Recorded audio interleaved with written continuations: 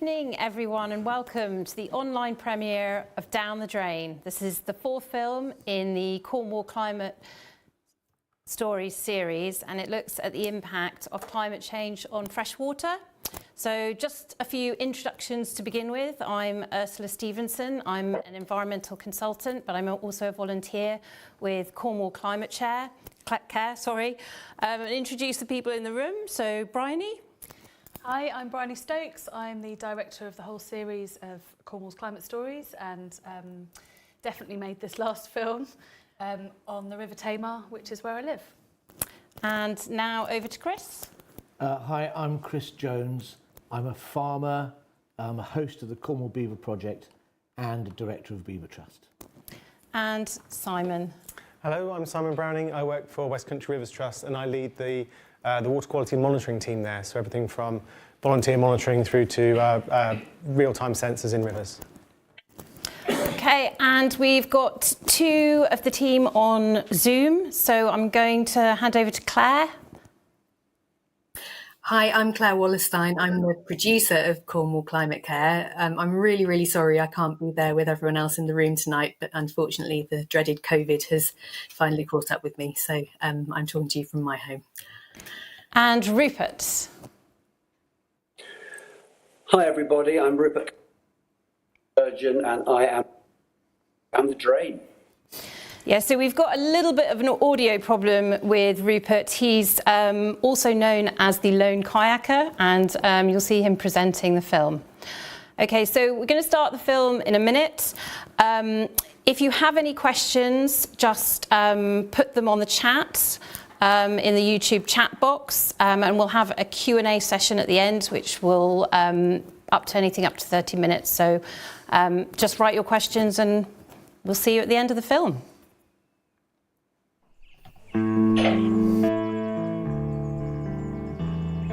Cornwall is so famous for its coast that its rivers and streams can be forgotten. But when you look at a map, you get an idea of just how much fresh water is in our landscape.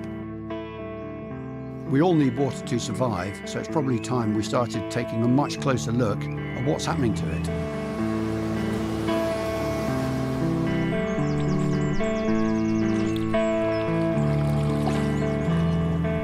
My name's Rupert Kirkwood and this is my climate story. I'm a retired vet and I've always had a passion for the great British countryside and its fantastic wildlife. I also love kayaking and I've actually paddled every inch of the Cornish coastline, including going up every creek, estuary and river as far as I can go at high tide. Talking of which, the tide's coming in now, so it gives me an opportunity to go and explore the upper reaches of the Tamar Valley. With climate change making our rainfall much more unpredictable, I want to find out what the future will hold for our rivers and wildlife, the water we need to drink and grow our crops, and the safety of our homes. Even if climate change wasn't happening, we would have a problem with our landscape not holding water. But climate change is just going to make that 10 times worse.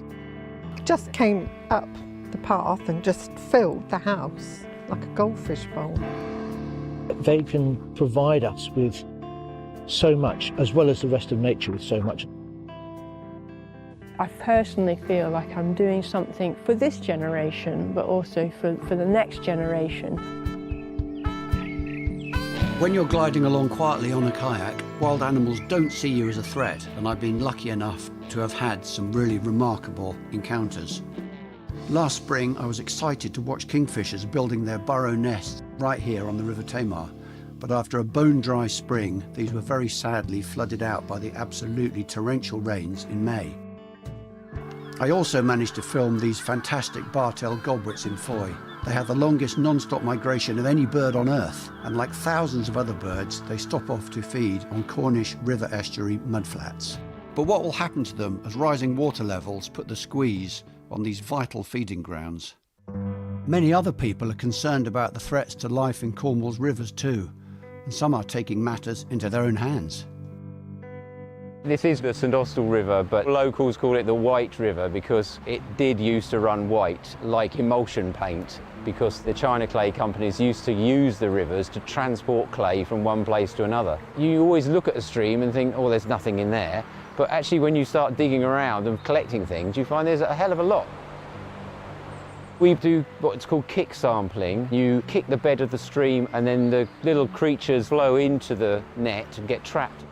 What we're specifically looking for are stonefly larvae, mayfly larvae, small creatures like that, caddisfly larvae, and we count them, and then the overall score tells you how clean the river is.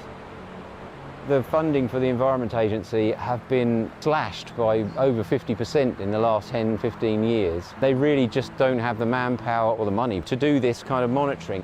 They used to do it routinely. Points on the St Austell River have not been monitored since the late 1990s. Basically, nobody's looking at the river. So without any information, no one will see what's there, and then you've got no data to base anything on.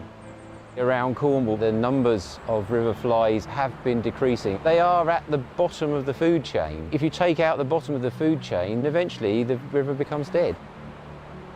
76% of Cornish rivers are now classed as being in poor environmental condition, and Nick and Lucy have found one very obvious source of pollution in their river. We noticed there was a lot of grey, horrible sort of filmy sort of stuff on all the edges of the river. So we came up further upstream, realised it was a sewage outfall. So I reported it to the Environment Agency, and it turns out that in 2019 and also in 2020, the number of hours it was running was equivalent to 24 hours a day for 4 months.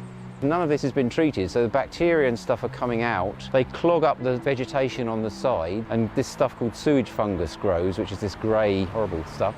Above the outfall and below the outfall, the situation changes quite radically. So up here we will still find some of the mayfly larvae that live in clean water. On the other side of the outfall, they all disappear. You gain species like freshwater shrimp, leeches, things that can live in dirty water.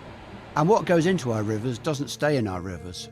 I'm sure I'm not the only one to remember the joys of dodging raw sewage while in the sea at Cornish beaches many years ago. But isn't this supposed to be a thing of the past? Surfer Jack Smith has learnt the hard way to make sure the water is safe before getting in. I've been surfing 16 years now. Started surfing at this beach here, just escaping life. While you're out there, you don't really think of anything else. Being surrounded by nature is pretty good. Sometimes the water isn't crystal clear blue, it can be quite brown and not very nice. When you're paddling out and you can actually smell like that it's not very natural what's coming out, you just try and not ingest any water basically and just try and get out the back as quick as possible and get into the clearer water again. I surfed up on the north coast of Cornwall and the water looked pretty blue, looked pretty nice. Didn't think anything of it, but I got really ill afterwards for a couple of days and I went to the doctors and they actually traced it back to some E. coli. It's pretty horrible. After the actual sickness had gone, I was still like a week after, like trying to get back to my feet. I think as surfers, we're sort of the first people that come across it because when we have these storms, we're the first ones in the water. We regularly check the Surfers Against Sewage app, Safer Seas app, just to get a good idea how much sewage is coming out, and it definitely does help, and I'd advise everyone else to do it. If I carted all of my waste down from home and came and tipped it on the beach, I'd get a massive fine, so why are they doing it? It's terrible. I feel angry too about raw sewage being discharged into our rivers. Why on earth is this happening? And what's it got to do with climate change? We have a historic network. The Victorians were brilliant at building sewage systems. World leaders in terms of sewage treatment and movement of sewage away from the city centres, but they were built in a way where they didn't separate surface water from the sewage itself. The climate is changing because we have what's called combined sewers, where we have water running off the roads into our sewage network as well as sewage itself. When it really rains heavily, those systems get overwhelmed. There are certain places along our sewage network that act as pressure valves. We plug little holes in it and that allows that to go into the environment. If they weren't there, what you would find is the sewage would come up, probably through your toilet, into your house. So they're a necessity from a public health perspective. But sewers in Cornwall are overflowing into our rivers even when we haven't had a torrential downpour, with nearly 14,000 incidents in 2020 alone. Climate change is only one part of the problem. Cornwall's population is almost twice the size it was in Victorian times, and it grows by 50% again with holidaymakers each summer. The antiquated sewer system is struggling to cope, so why not replace it? There are a number of things we can do that don't just rely on us building bigger and bigger and bigger pipes. There's a lot that customers can do in Cornwall to stop storm overflows. We treat in the region of 100,000 million litres of sewage every year. That's a lot of sewage. It's around about 9,000 kilometres of sewage pipe and network that we have in Cornwall. Most of it's underground, most of it's in very difficult locations to get to. We have things called fatbergs. That's build-up of oils and greases and things like wet wipes that can block a sewer up. The sewage can't get through, so it backs up and it finds its first way out, which could be a storm overflow. We remove tons and tons and tons of wet wipes from our system every year.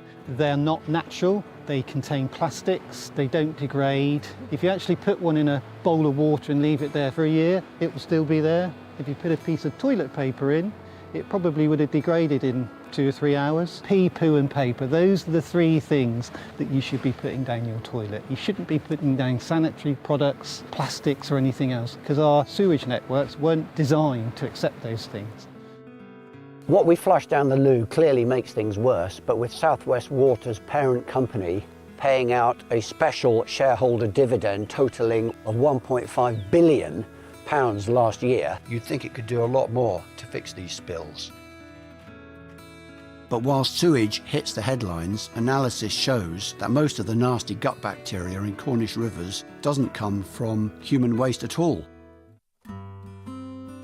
After 35 years working as a farm vet in Cornwall and West Devon, I've seen the impact that falling milk prices has made on farm incomes, with many farmers trying to balance the book with bigger herds of cows, which are often kept indoors. The cow's waste is collected in huge pits, and when these are full, the slurry is sprayed onto the land as fertiliser. But with increasingly torrential rain and waterlogged earth, this often finds its way into our rivers. Meanwhile, fields they once grazed are now used to grow crops like maize to feed them. Hundreds of years ago, there wouldn't have been hardly any bare soil at all. You know, it would have all been grown over. Trees, moorland, wetland. Now, just the normal level of agriculture that we have does leave a lot of bare soil for a lot of the year. You know, big tractors, big trailers, big slurry spreading machines and intensive grazing. It's leading to much more poorer quality soils and also much more compacted soils. So any rain that does fall on the landscape is more quickly making its way to the river. So that means rivers are rising much more quickly and they're more likely to flood, but 2 days later they're back down to where they started and all that water is gone. So once it stops raining, if you have a dry week, then all of a sudden you're looking at almost drought conditions. It takes hundreds of years to build a very small layer of topsoil. The rate at which it's being lost is way quicker than it's regenerating. When you delve underneath the surface a little bit, these gravels are actually smothered. So we do hear people sometimes talk about, 60 harvests left, and that's just every time it rains, we're losing tons and tons and tons of soil out of our rivers into the sea. The loss of our topsoil is causing a massive problem in estuaries, which are silting up more and more quickly. Foy has one of the deepest harbours in Europe, but the Harbour Authority has to spend around £100,000 each year on dredging the channel to keep it clear for huge ships picking up the china clay. Now some Cornish farmers are helping to find solutions. Anybody that's a farmer loves nature. We're only here for 1 generation. This is only my farm until I'm gone. So most farmers want to look after it and do a better job than what the predecessor did. With climate change, we've got to prepare for heavy rainfall. We've got to prepare for hot summers. And it's better to be proactive than reactive. We're in the bottom of 4 valleys, and with a heavy rainfall, all the mud will run off the fields, so it's got to come down, and this is the lowest point of the farm before it gets to the river. 8 years ago, Alan dug out 2 large settlement ponds to trap this sediment washing off his land. A day's work at a cost of £500. Every summer, springtime, we'll dig the mud out. We take it to the fields, spread it, and plough it back in. You've got the nutrient value of any dung or silage that may be in the residue, and you've got the topsoil going back onto the land. It was surprising actually when we first dug it out. We thought there'd be a little bit, but we're taking out between 15 and 20 tonne per year. The water coming out through the other side going into the river is 100% cleaner. There's no silt, no mud, no pollution. It's just a good thing that works well. Not far away, fifth-generation farmer Chris Justo grows potatoes for pasties, fish and chip shops, and also Cornwall's only vodka and gin distillery. Instead of leaving his fields bare all winter, Chris has started planting a deep-rooted cover crop called Phacelia. So we've started doing this in the last sort of 2-3 years because we seem to be getting some real heavy rainfall in a short space of time. Cornwall's quite steep, so the ground is more prone to soil runoff. If we're going to continue to grow potatoes in Cornwall, we're going to have to think more about putting in crops like this. When you've got a field like this, it's just fully green, just not bare at all, that will catch the water. We only get one lot of topsoil. Once it's gone, it's gone. So if we're doing our bit and looking at ways of tilling less, burning less diesel, I think that is where the future is going. We're almost going back to the basics of what farmers used to do probably 50, 60, 70 years ago, sort of my granddad's generation. Without soil, we can't do anything. So it's in our interests and for my kids, their future generations, to protect it and look after it as much as we can.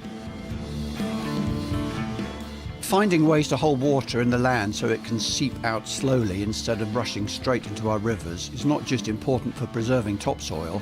Because it's no longer being kept cool underground, the water in our rivers is heating up. Fish start to get stressed at around 18 degrees, but last summer saw temperatures in some Cornish rivers rise to 22. And temperatures are rising in winter too, piling extra stress on our most famous freshwater fish, the once plentiful salmon. After years at sea, they return to spawn in the Cornish rivers where they were born. Salmon populations have declined dramatically. We take more measurements here on the River Tamar than probably any other river in England or the UK.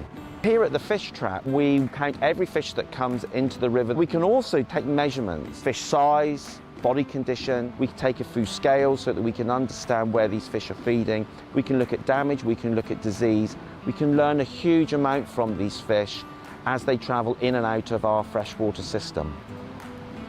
So when the fish go out to sea, they travel north where they will feed ferociously before they return. Marine climate is changing, we know that, and their feed is moving ever further north. As those fish are returning, they are smaller and they have less body condition than we've ever seen before. When the salmon return, we need the water temperature to drop around to 8 degrees or less. This is the trigger for salmon to spawn. If we don't get really cold autumns and early winters, then those fish will spawn less frequently. Our own data over the last 30 years has shown an increase of about 1 degree in our rivers across Cornwall. Climate change isn't only a danger to fish, it's a danger to us as well. Warmer air holds more water, and we're now getting 17% more rain on our wettest days than we were prior to the 1990s. Cornwall's steep-sided valleys, combined with the changes to our land use, have already caused some catastrophic floods in recent years, like Boscastle and Coverack. But less dramatic events are happening all the time. Janet Lockyer has been on the receiving end. Her 400-year-old cottage was flooded twice, once in 2010 and again in 2012. It was 5:30 in the morning and I was up for work. It's pitch black that time in November. I couldn't see anything, but just something told me something wasn't right. And I woke my husband up. He went over with a torch. He stood at the bridge and looked at me and he said, "You won't be going to work. We're in deep trouble." It just came up the path and just filled the house like a goldfish bowl. I just stood there watching it, thinking, this can't. I put towels down to begin with and then thought, why have I done that? Because by then it had filled the house. All we knew was we'd lost everything. We lived in a caravan on the drive for 6 months. The second time, that was worse because it happened to me again and I knew the outcome. And if I could have taken a pill, gone to sleep that night and never woken up, I would have done that because that's how I felt. It had beaten me. Janet's insurance paid out £80,000 to put everything right. The house now has a sump and pump and the carpets have been replaced with slate floors in case it's flooded again. But she's worried about how unprepared most people are for events like this. I'd never had a reason to really worry about the river. But now I can be out there at 3 o'clock in the morning with a torch because I've got a great fear of waking up and coming down the stairs to water. Really, I am paranoid about that. I have to come down and check the river level before I can go back to sleep. This is just the start of it. It's going to get worse. And people need to understand that. Louisa Inch agrees. Luckily for her village, she's a flood prevention expert, and she's helping it to become one of the first in Cornwall to develop an emergency plan. The Environment Agency said we've got to adapt or die when it comes to flood risk. In Cornwall alone, there's about 28,000 properties that are at risk of flooding. Just because you are not near a river or you're near the sea, it doesn't mean that you are not at risk of flooding. You could easily flood on top of the hill. You can get flooded from the road, from the fields, from surface water, which comes down across the fields like absolute torrents. And if your property is at the bottom of one of those torrents, then you will get flooded. Normally these emergency plans are set out for all the larger either cities or towns, and it basically gives a blueprint of how, once we receive a flood warning, how we're going to help those people and get them to safety. Communities have got to be more prepared, and that's because there's intense pressure on the emergency services. If there's a major flood event in Cornwall, they've only got a certain amount of people that can actually go out and save lives. Little villages like ourselves at Cornwall Station, we would have to look after our village until help arrives, and that could be 1 or 2 days later after the event. Louisa's worry is people don't realise what climate change is going to mean for their homes. Regulation changes coming in 2039 mean thousands of properties will be uninsurable unless they have safety systems installed to minimise the flood risk. At the moment, there's a scheme that's called Flood Re, and that's where you can get low-cost insurance in high flood risk areas. The closer we get to 2039, the harder it's going to be able to get that flood insurance. PFR products, which is property flood resilience products, gives you time to either escape the property or be able to actually control the water within, say, the first 2 or 3 metres behind the door, rather than the water just coming in one big gush. This pad alone will actually absorb up to 20 litres of water. This one here is a puddle pump, smart air bricks, cable ducts where your gas and electric comes into the property, so you can use this waterproof putty, which will then create their waterproof barrier. Individuals think that it's not going to happen to them. We've all got to look at our risk of flooding. We've got to get away from the mindset that it's down to the council or the Environment Agency to actually put it right.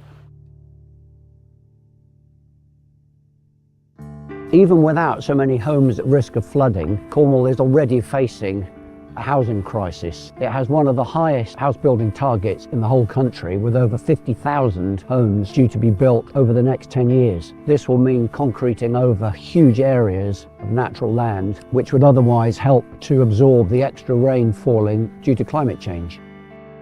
Jackie Smith is a specialist in sustainable urban drainage systems known as SUDS. Her job is to ensure that developments include drainage designs that will prevent all this new construction from adding to Cornwall's flood risk.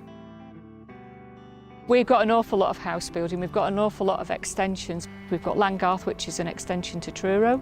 Well, Landgarth is a huge development. It's not just houses, there's a commercial area as well as the Stadium for Cornwall. The aim of sustainable drainage systems is to try and capture the water and release it at a controlled rate, so it's not just going whoosh straight the way down to affect people downstream. So traditional system, pipe systems, basically the water would go into a pipe. The aim would be to get the water away from that place as quickly as possible. The only difficulty with doing that is, of course, people could be flooded further downstream. What we're trying to do is to spread out the rainfall across an area rather than concentrating it into one place. This is an attenuation feature, so basically it collects the rainwater, it holds the water within the basin. This is a permeable surface, so it's a plastic grid to keep the stone in place. So when the rain falls on here, it's encouraged to actually go into the ground rather than run straight off. Drainage features like these could make a huge difference to flood risk and the pressure on our antique sewer network, but they can take up valuable space on a building plot. One of the biggest challenges is getting property developers to include them, because they're still not a legal requirement. Developers basically, once they've got the option on the site, they want to get on there and start building houses. Some developers are very good, some are not, and some will really push and say, no, we're doing that, and where are your powers? The favourite one is, where is your authority? It is very difficult for us to object to a design or a developer. We find it very, very frustrating when we've not got the powers that we need. One thing all these new housing developments in Cornwall are going to need is clean water, and the process of getting drinking water to our homes takes a surprising amount of energy. Here at Upper Tamar Lakes, just outside of Bude, first of all, this water's got to get here. That's by nature. But when it gets to the water treatment work, we need to take out pesticide, metals, hydrocarbons, sediment. If you used a traditional method, you need to bring in chemicals. They may need to come from 500 miles away, 1,000 miles away. And then we need to pump it somewhere to store it so that when people need it, they can use it. When you turn your tap on, it is energy intensive. This hidden carbon footprint of treating our water is an eye-opener. Especially when you consider how much is wasted, flushed down the toilet or lost to leaks. The other important thing to think about with climate change is the variability in the climate. The beast from the east that we had 3 years ago caused a significant issue. As the ground freezes, it expands, and when it thaws, it contracts, and because of that, our pipes can move, and as we may end up having fractures in our pipes. When it gets really wet, pipes can move up and down, and that can have another impact. We're using drones now. They look across the landscape and they use fantastic infrared technology that helps us identify where leaks are, and that's really important in those more remote locations that we have in Cornwall. Reducing leaks will have a big impact on energy usage. But now, in the first for the entire country, some residents of Cornwall are actually getting super low carbon footprint drinking water supplied by a pipeline running along the Tamar Bridge from the Mayflower plant in Plymouth. Mayflower's a really exciting water treatment works. Yes, it's in Devon, but it's connected to the supply network in Cornwall, and it's basically pushing water through a very, very, very fine mesh, like a sieve, but even finer than a sieve, and by pushing that water through it, it takes out all of the impurities, and you don't have to use the same amount of chemicals, you don't have to use the same amount of energy. Far from the hustle and bustle of Plymouth and the busy Tamar, energy is going into something very different. Bodmin Moor is home to a little-known habitat that acts as an incredibly important natural sponge to tackle both flooding and climate change. Yeah, so this is peat, and you can see it's darker down here than it is up here, and that's the older peat down at the bottom. Peat is basically plant material that's decomposed over a very, very long time. It's 80% water, about 20% plant material. And in a properly functioning peatland, it takes about 1 millimetre a year for peat to form, so it's incredibly slow growing. So what's that, 10, 20, 30, 40? That's about 400 years old. In the past, peat was a valuable resource for people. They used to come out here and cut the peat so that they could dry it and use it as a fuel to burn on their fires. A lot of these areas in the uplands where the peat is or was, it was seen as wasteland, wet, boggy wasteland. So in the past, we put in all these drainage ditches to try and dry it out so that we could improve it for grazing and looking to grow crops. So it's just this accumulation of things over the centuries that have meant that the peatland is just all drying out, eroding away. When a peatland is functioning properly, it's got this ability to hold the water up in the uplands for longer. Morag and her team are painstakingly blocking up the old drainage ditches to allow the peatlands to start working properly again. And it stores about 20 to 30% more water after we've done restoration. So if we can do peatland restoration across thousands of hectares, that could be a massive, massive water storage success story that we have. Morag's work is especially urgent because the UK is home to a large amount of the world's peat. Although peat covers only 3% of the Earth's surface, it stores more carbon than all of the world's forests. Not too far away, there's another team of natural flood defence experts at work, but these ones are furry and have orange teeth. They moved in after farmer Chris Jones decided he wanted to help protect his nearby village from flooding. Laddock flooded twice in 2012 and very nearly flooded twice again in 2013, and I thought that we should learn how to hold more water on our land. And we had a long visit here with someone from the Environment Agency, and we walked the length of our stream, which he had lots and lots of prescriptions. And I said, OK, have you got any budget to make this happen? And he said, no, there's no budget. I then just said, OK, can we get beavers to do it for nothing? I think they're the most fascinating animal I've ever come across. Their ability to shape headwaters, small streams, is just phenomenal. I mean, the things that they do, we can kind of do instead of letting them do it, but it takes a huge amount of manpower and you can never do it as well. So they've just been doing some work here, pushing up all this mud. The dams are only partially sticks. They're mostly mud. Which they just keep pushing up all the time. So the dam wall eventually becomes like a living construction. And once it gets to be really, really greened up, they can just last for years and years. So this stream here, this is created by the beavers. This is water that's overflowing from the main pond and coming around completely separately down here. The pace of the water from there to there is slowed up just because it's got further to travel and it's going through a rougher kind of environment. Because so much energy is taken out of the flow, all the silt and so on, it settles out pretty easily, and you get a lot of that silt is associated with nitrates and phosphates, so you're cleaning up the river at the same time. The hard-working beavers' leaky dams have not just slowed down the volume and speed of water flowing off Chris's farm, they've had lots of other benefits too.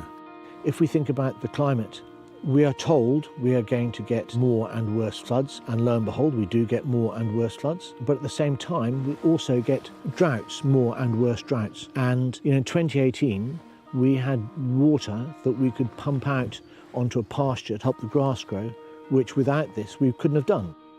If every little river valley in Cornwall, and they're all surrounded by farms, there's no real part of the county which is not farmed apart from the towns. If we had this reserve of water here, I believe be wholly beneficial to the farming industry. The change in the landscape since the beavers arrived in 2017 has been extraordinary, with dozens of felled trees and the water flowing across a much wider area through many tiny rivulets and channels. Until beavers were exterminated in the UK hundreds of years ago, this is what every watercourse in the country would have looked like. Everything they do has an impact, like the same thing everything we do has an impact. And you might think, oh, it's an ecological disaster knocking over those trees. And actually what it's doing, it's letting more light in, so more stuff can happen. A lot of the stumps are alive. We've just had a study done on that, and 70% plus of the cut stumps actually regenerate. They're coppice. The reason we've lost so much wildlife is because we've knackered up food sources, mostly through farming, through pesticides and herbicides, but also through the destruction of ponds and making our rivers less natural. At relatively small cost to the agricultural economy, we could really flip this thing around. And these streams, they are just ready-made nature recovery networks. This is a postage stamp. Imagine if we had this spread out, instead of 200 metres, 2,000 kilometres in Cornwall. Wouldn't that be amazing? Our beautiful fresh waterways in Cornwall face a lot of threats, many more than I'd ever realised. If we keep letting our soil wash away, how are we going to keep ourselves safe from flooding, store water for droughts, or even grow our food? If we're clever, we can make things so much better and save money on our water bills by restoring nature and letting water behave in a more natural way. So it's been great to get some glimpses of this already starting to happen. Because even if you aren't as lucky as me and you have never seen a live salmon, a beaver or even a kingfisher, we all depend on these waterways just as much as these animals do. Next time you turn on the tap or flush the loo, think about the carbon footprint of that water and where it started, far away in one of Cornwall's rivers or streams.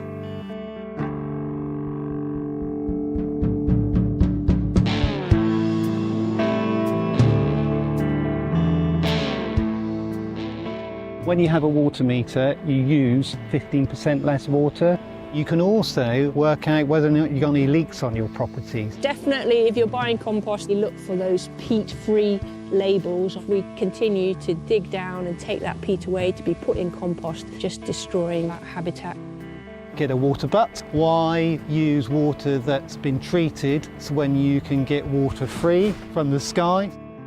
We've all got to look at our risk of flooding, which we can do online. There's free maps online, and we've got to take responsibility. What you put down, you loo. Pee, poo and paper, but we can't treat plastics. Please get involved. A lot of the streams are still not being monitored. You are actually doing something really useful, and it's good fun.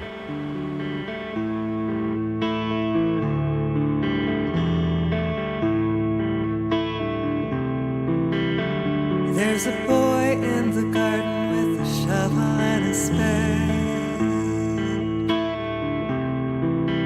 He's gonna dig himself a hole, it's the biggest ever made.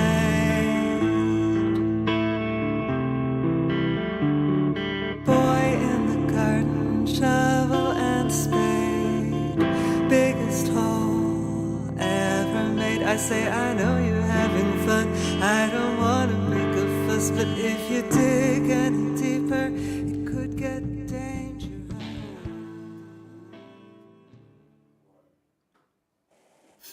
Okay, so over to you folks. Any questions, please pop them in the chat. I've got one here actually for Simon. Just scroll up. So we import about 50% of food into this country, and that's got a carbon footprint. How would you balance that with, say, farming more intensively, and how that could destroy soils and damage and pollute rivers? Yeah, well, I think we do see a lot of, obviously the more intensive types of farming tend to be more damaging.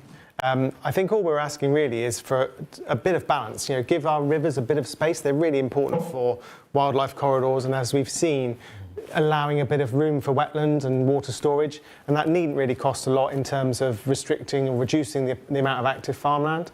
I'd also say there's an issue around our kind of local food producing, and so a lot of that food that we import, we also export at the same time. You know, it's a kind of crazy effect of our globalization, really, that we kind of move food around the world when we really don't need to. So let's kind of grow more of the stuff here that we eat, and eat more of the stuff here that we grow, I think. Okay, good. Just checking. Got one for Chris. So you've had your beavers in enclosure on your land, I think it said for 5 years. Yep. Are we getting closer to seeing any beavers in the wild in Cornwall? Well, beavers are in the wild in Cornwall, in the Tamar Valley, in small numbers so far, but they are there. And they will, if nothing else changes, they will very, very slowly spread westwards. But we are, I believe, coming to a point now with Natural England and DEFRA where licensing for releasing beavers into rivers will become a reality. It might still be many months away, but it is much, much closer now than it has been in the last 5 years. Okay. And how would you have any signs of beavers? If you were looking for beavers in the wild, what would you look for? Well, very often they can be extremely unobtrusive because they don't just chop down trees, they also eat lots of soft vegetation. Grass, sedges, brambles, ferns, that kind of thing. So they needn't necessarily leave many overt signs. They won't build any dams unless they have to. So in a deep river like the Tamar, they won't be doing much damage until you get in the headwaters. But there's no doubt about it. The typical sort of cartoon shaved tree stump is absolutely diagnostic. But if you just see a few twigs taken off a tree, just feel across it with your thumb, and if you feel little ridges there, that's been visited by a beaver. Okay, thanks, Chris. We've got one on the chat here. Is there a checklist of other guidance for local planners when they're asked to approve new developments or other guidance? So I think this is where you're looking to see if your house or whatever you're building at your house will be approved for flood risk. I think I would say if you look at the local plan in the first instance, so Cornwall local plan will have some planning policies around flood risk, and it will also have links to any guidance Cornwall Council puts out there. on flood risk. You can check whether your house is at risk of flooding from different sources. I mean, I would say it's not absolute because, as we've seen in the film, flooding can come from lots of different sources, but sources of surface water is available on the local authority, on Cornwall Council's interactive map, and also flood risk from rivers in the sea. But that's also available on the Environment Agency. So if you Googled Environment Agency flood risk maps, you could see that information there as well. Thank you. Okay, I'm going to go back to Chris on the beavers. How realistic is it to rely on beavers to prevent flooding in any significant way across Cornwall? Will they flood farmland or will they stop fish moving? What are the impacts, I suppose? Okay. First off, they won't stop fish moving except potentially for very short periods while a dam gets to be big enough to connect the stream back with its floodplain. But the water has to go somewhere, and it'll travel around the end of a dam and create another new little stream which fish can move up across. And I've seen this time after time, not just in my location, but in other locations with beavers in the county and further on. So, and the other thing about the fish is, if you want your fish to grow nice and big and healthy, they need lots of food and lots of water. And most of our headwater streams are too small to support much in the way of fish. Once you get the beaver dams in there and the ponds developing, then you get tremendous supplies of complex habitat for fish to hide away in, but also to get a lot of food. So they really work. Will they flood farmland? Yes, they will. The thing about beavers, if they build dams, they are causing localised flooding. But the point is, they're causing localised flooding in a place that may not matter very much, to prevent flooding in a place that really does matter, like your living room. So, let's get some kind of perspective on that. And of course, with that localised flooding come lots of other things like resilience to drought, which I think was mentioned in the film, like a great uptick in biodiversity, like carbon sequestration. So there are, you could argue, downsides to having beavers, but the upsides, I think, really outweigh them. And, we need the new farm support to actually recognise that and actually pay people for looking after their rivers and allowing these sorts of natural processes to take place. Thank you, Chris. We've got another one on the chat. And I think this might be for you, Claire, but what are the penalties that can be enforced on the local water company for persistent breach of discharge parameters? Oh, blimey. Maybe it's not for you. I'm not an expert on that at all. I mean, I would like to say a little bit about the water company here. I can't tell you about the penalties specifically. And quickly, just going back to the previous question about flood risk, I would also direct people to our website, because on each of our film pages we've got a whole sort of long section of advice and resources to check out under each theme. So there's a lot around flooding there as well. I mean, I think the questions that a couple of people who've already seen the film have asked me really was mostly around why we didn't give South West Water a harder time around the sewage. Which is a very valid point. And, I think we all agree that they need to do more. It's all over the media. In fact, I know Surfers Against Sewage are starting a campaign tomorrow, which you might like to check out. And obviously, they've been really held to account in some other films like Riverside recently by Franny Armstrong, which was fantastic. And I think a really interesting thing with the sewage as well, Rupert talks in his presentation about, swimming in the sea. I remember certainly as a child growing up in coal sand, being told never to go swimming at low tide and always to swim with your mouth closed. But I think sewage has kind of changed a lot in that time as well, because it's not necessarily so much just the sort of horrible visible stuff that you see floating around.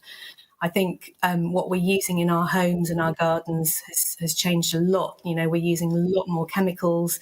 There's a lot of hormones and medicines and pesticides and bleach and all sorts of things that are invisible going out with the sewage, which, potentially is not very easy to deal with anyway, and certainly not when you've got raw sewage going out. So that is obviously super important and probably having a huge impact on river ecology. But I guess in the film, because we kind of know all that, we sort of really wanted to give South West Water a chance, I suppose, to sort of talk about the other side of it, because we can't only blame South West Water and expect them to sort it out for us. I mean, that would be billions and billions added to our water bills if they were literally going to separate out the whole combined sewer system. But it's a bit like Louisa said with the flood prevention. We've all got to take responsibility as well, and it really is about what we're doing in our homes and what we're putting down our toilets and sinks. We throw our rubbish away and then it ends up in Malaysia, or in the sea somewhere. We're flushing stuff down the toilet and thinking it's gone away, and it's just going into our rivers. So we can't just flush and forget. And I guess the other main thing really was, because the sewage issue is so much in the news, we really wanted to focus on the fact that certainly in Cornwall, not all over the country, but in Cornwall, sewage isn't necessarily the biggest cause of problems in the rivers. It is a lot coming from the runoff from the land, what's coming off our farms, and most people aren't aware of that because there's such a lot of focus on the sewage. So we really wanted to bring that into it. Yeah, we've got... Sorry, go ahead. I was just going to add a little bit there, that the farming thing is a disgrace and needs to be fixed, no doubt about it. But our current lavatory arrangements are maladapted to the 21st century.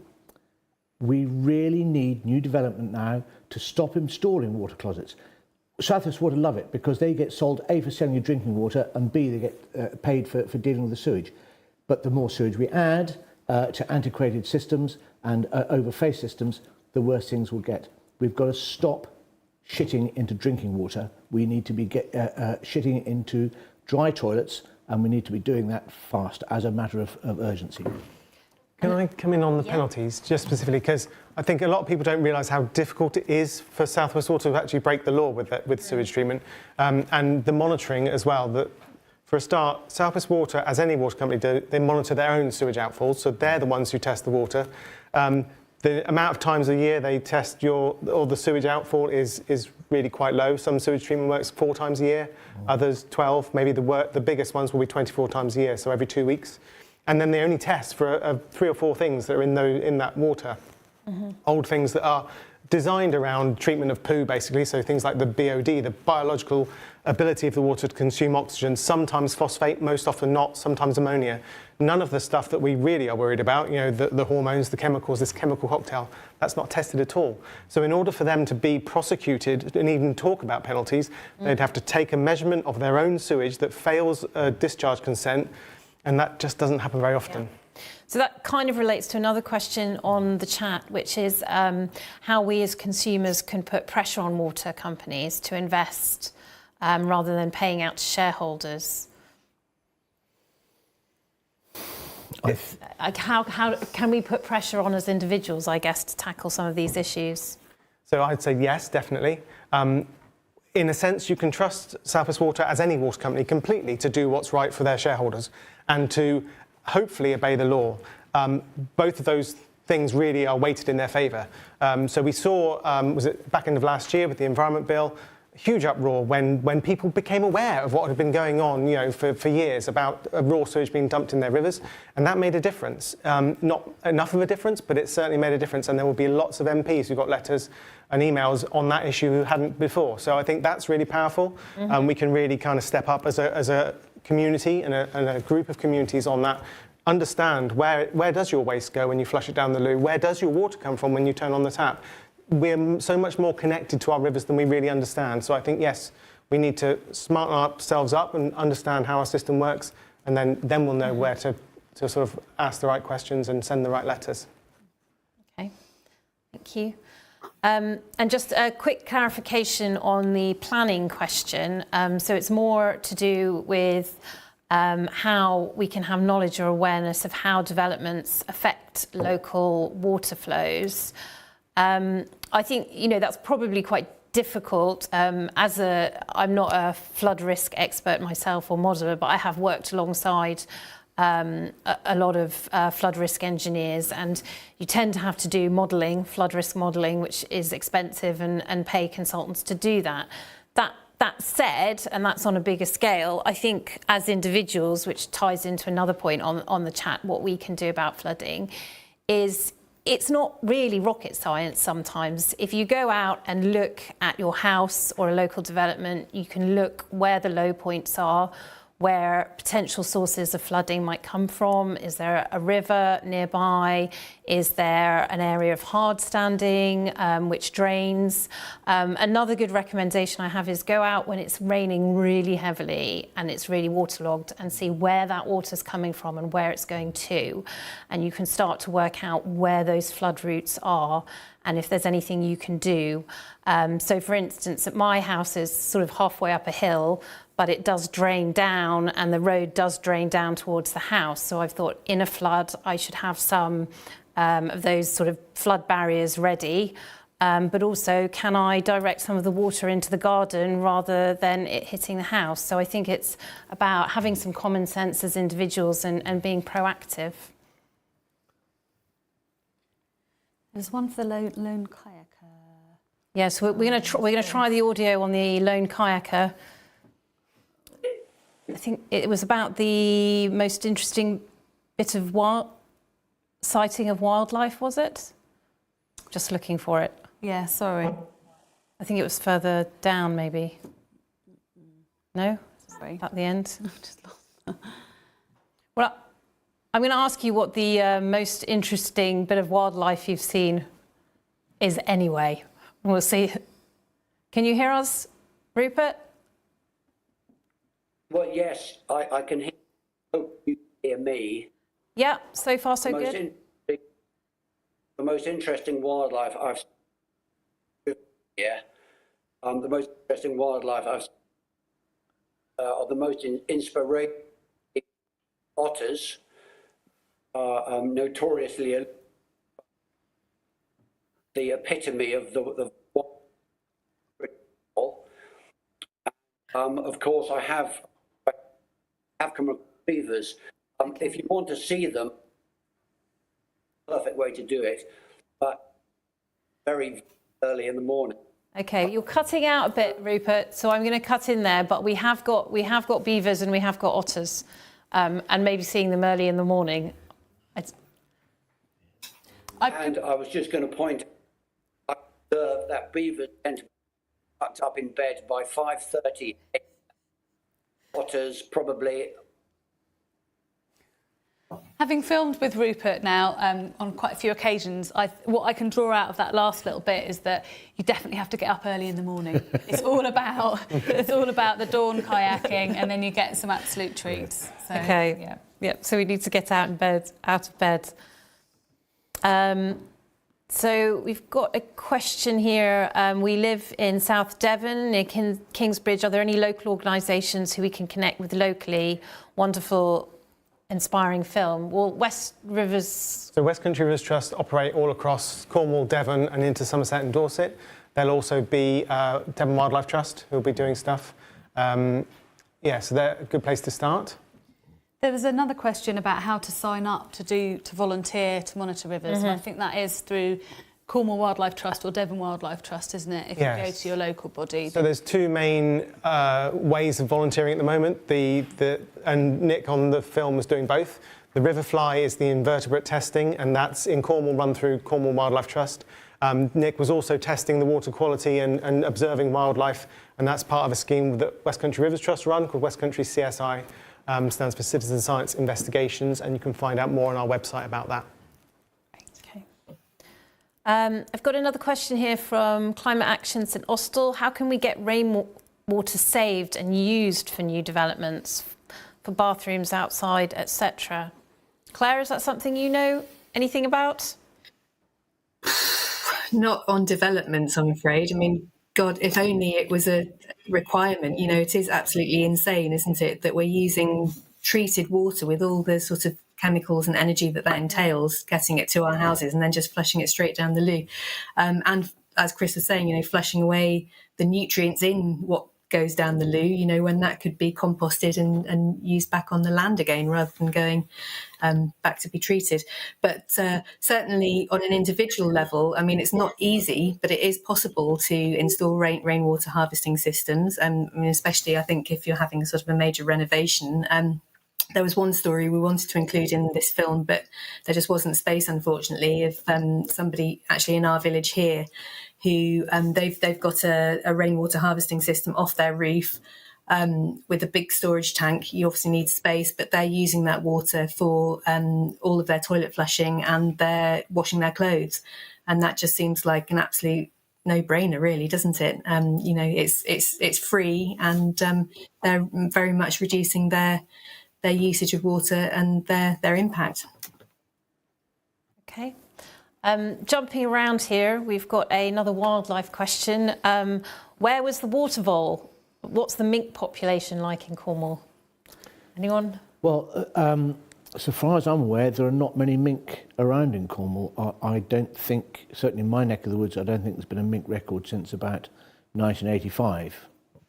And we've just last year put some water voles back into the beaver enclosures, and they're still there now. So I'm not too worried about mink.